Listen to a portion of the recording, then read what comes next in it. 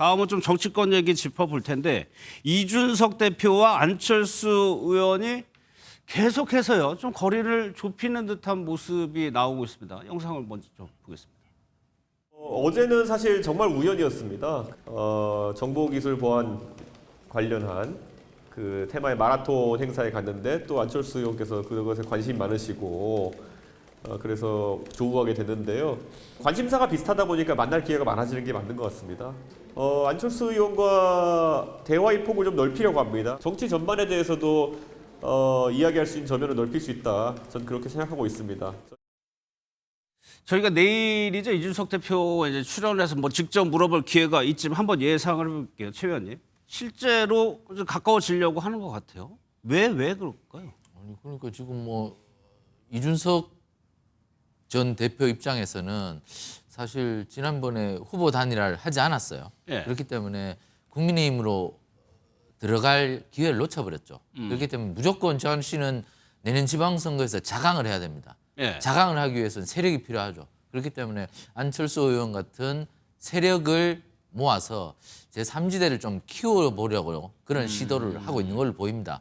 이분들이 사실 두 분이 안 맞아요. 저는 뭐 저 두 분이 지난번에 사이 안 좋았잖아요. 예, 국회 앞에서 보고집에서 싸운 것만 봐도 이게 사실 그 안철수 의원이 그 먼저 나서서 남 험담 잘 안 하거든요. 저분이 사실 그 좀 점잖습니다. 인품이. 예, 그런데 그날은 뭐 앉자마자 보고집에서 바로 옆에 있는지 좀 알았으면서도 막 험담을 계속 막 늘어놓으면서 결국에는 이준석 의원이 폭발을 했거든요. 예. 그런 만큼 둘이 앙숙인데 그런데 이렇게 앙숙이 갑자기 별 계기도 없이 가까워졌단 말입니다. 예. 그럼 결국에는 이제 3지대를 좀 그 키워보자. 이준석 대표 입장에서는 그런 것 같은데 그러나 3지대를 키우기 위해서는 안철수 의원의 세력이 있어야 되거든요. 우리 그렇죠. 국민의힘 내부에. 예. 그래서 좀 데리고 나갈 사람들이 좀 있어야 되는데 예. 그게 없단 말입니다. 그렇기 때문에 국민의힘에서도 그렇게 크게 경계를 하고 있지는 않은 것 같습니다. 제가 원래 여쭤본 의도는 사실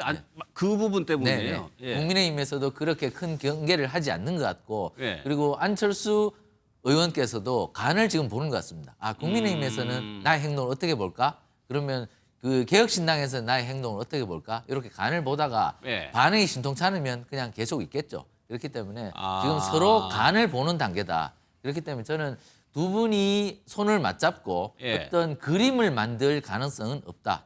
왜냐하면 세력이 만들어질 가능성이 없다. 예. 왜냐하면 지금 사실 제3지대가 잘 안 됩니다. 조국 아까 지금 저희가 조국 혁신당에 대해서도 계속 얘기를 했지만 지금 양당 체제가 워낙 강하게 붙어 있어서 3당이 발붙일 틈이 별로 없습니다. 예. 그렇기 때문에 3당이 힘을 얻을 가능성은 매우 없다. 그렇기 때문에 결국에는 이준석 개혁신당 측에서도 예. 한 집으로 큰 집으로 결국에는 귀순을 하지 않을까 저는 이렇게 예측을 해보고 싶습니다. 아니 정치권에서는 이런 말도 있나 봅니다. 개혁신당과 국힘이 각각 서울시장 불출마와 구청장 한 곳 불출마를 이제 맞바꾸는 방식의 연대 방식. 뭐 아이디어는 다양하게 나올 수 있는데 실제 가능성이 있다고 보세요?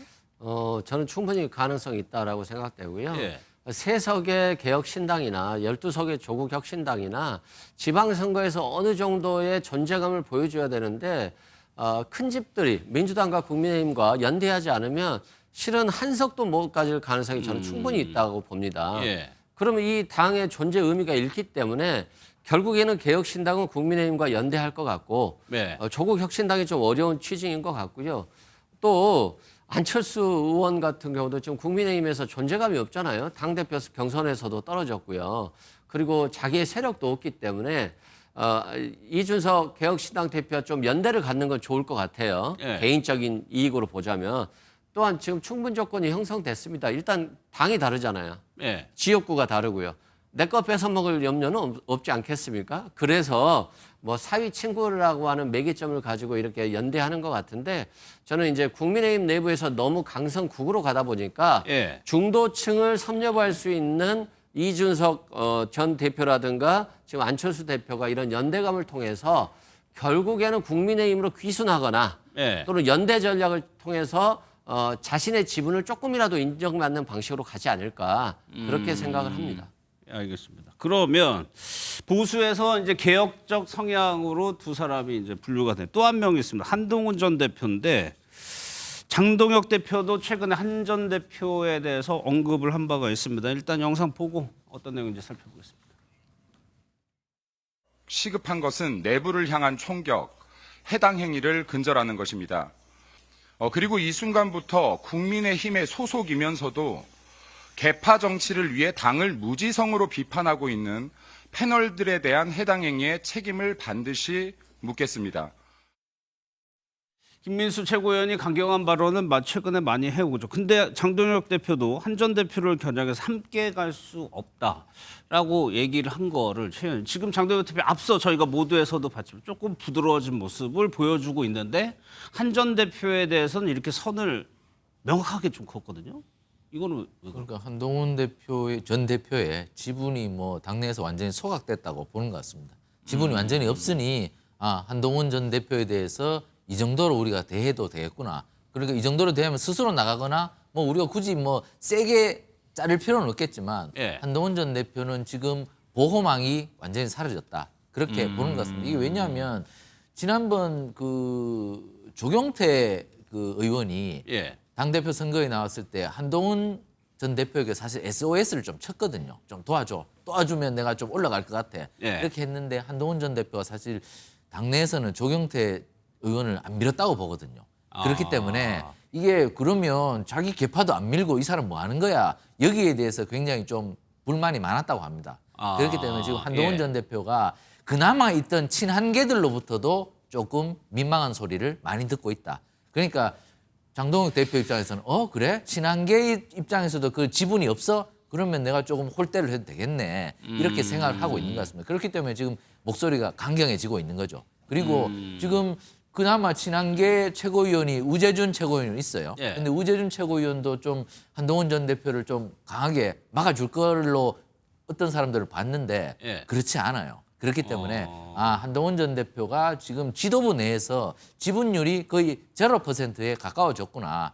그렇게 0%에 수렴했다면 예. 내가 이제는 완전히 내 지분을 장악하기 위해서는 한동훈 전 대표를 배제의 대상으로 삼아야 되겠구나. 이렇게 장동혁 대표가 좀 생각을 한 것 같습니다. 그 얘기는 반대로 한 전 대표를 포용한다 하더라도 나에게 딱히 생기는 이득은 없다. 그렇습니다. 지분이 예. 없으니까 한동훈 전 대표의 지분을 내가 수렴할 그리고 흡수할 것이 예. 없는 거죠. 그러니까 내 지분밖에 없네 당내에서 굳이 한동훈 전 대표에 대해서 내가 칭찬을 할 필요 없는 거고 배제의 대상으로 해서 내가 오히려 이 당을 장악하는데 예. 도움이 되겠다 이렇게 생각을 한 거죠. 그러니까 결국에는 정치는 지분 싸움입니다. 지분이 없으면 저렇게 홀대를 당하는 겁니다. 그러니까 이번 예. 최고위원 선거에서 한동훈 전 대표가 자신이 안 나왔으면 확실히 대리운전을 시켰어야 되는데 조경태 의원이나 우재준 의원이나 이런 대리운전 체제를 가동하지 못했다. 그렇기 때문에 결국에는 지금 지분이 하나도 남아있지 않음으로써 장용욱 대표가 100% 지분을 가졌다고 생각을 하는 것 같습니다. 그렇기 때문에 이런 권력 구조 사회에서 한동훈 전 대표가 이제 배제의 대상으로 완전히 예. 찍힌 것 아니냐 이렇게 저는 평가를 합니다. 장동혁 대표가 이제 한동훈 전 대표에게 꼬리표처럼 따라다니는 게 당원 게시판 문제인데 이 부분에 대해서도 당무 감사위원장 임명하고 나면은 문제 처리될 거다. 이거 이제 건드릴 것도 시사를 했거든요. 그렇죠. 당원 게시판에서 윤석열 전 대통령에 대한 뭐 욕설이나 비난을 했던 사람, 예. 그게 한동훈 대표의 가족이다. 뭐 이런 얘기들이 많이 있었는데 그것도 당무 감사를 한다라고 한다면 결국 해당 행위를 통해서 징계하겠다라고 하는 것이니까 한동훈 전 대표는 당에 도움이 안 된다. 내부 총질만 하고 통합에 저해되기 때문에 오히려 제거하겠다라고 하는 어떤 의사표시를 한 것 같아요. 예. 다만 당장 실행에 옮기지는 못하겠습니다만 이런 과정들을 통해서 언론에 한동훈 대표를 제거해도 무리가 없을지를 계속 테스트할 것 같습니다. 그래서 한동훈 전 대표를 버리고 가겠다라고 생각하는 것 같고 한동훈 대표의 약점이 있죠. 윤석열 전 대통령처럼 좀 포용에 약하고 자신의 의지가 너무 강해가지고 다른 사람과 조화가 안 되다 보니까 예. 결국 오히려 쓴소리를 하고 옳은 소리를 해도 당에 져야 된다. 이런 평가가 있는 것 같아요.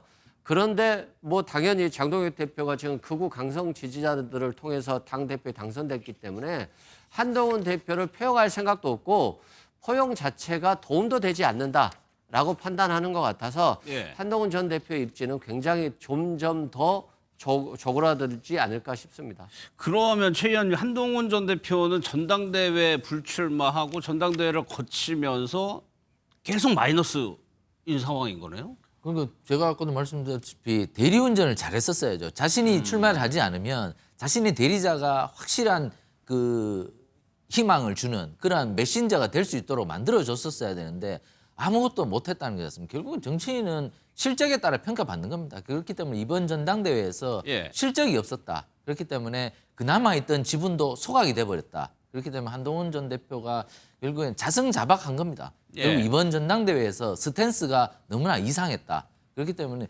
정치인은요, 세력이 없으면 결국엔 무너지는 겁니다. 결국에는 친한계라는 표현도 이제 그러면 그렇습니다. 서서히 사라지는 건가요? 친한계도 사라지는 거죠. 그러니까 당 지도부 내에서 그나마 남아 있는 게 우재준 청년 최고위원인데 우재준 청년 최고위원이 친한계의 목소리를 내고 있지 않지 않습니까? 오늘 저 정도 장동혁 대표가 저 정도 얘기 나왔으면 발끈하면서 일어나는 것이 개파 의원의 목소리인데 개파 예. 의원이 목소리를 내는 건 못 봤습니다. 그렇기 때문에 저것은 지분이 완전히 거의 0%에 수렴했기 때문에 한동훈 전 대표가 굉장히 어려운 지경에 처했다. 저것은 결국엔 세력을 만들지 못한 한동훈 전 대표의 책임이라고밖에 볼 수 없습니다. 알겠습니다.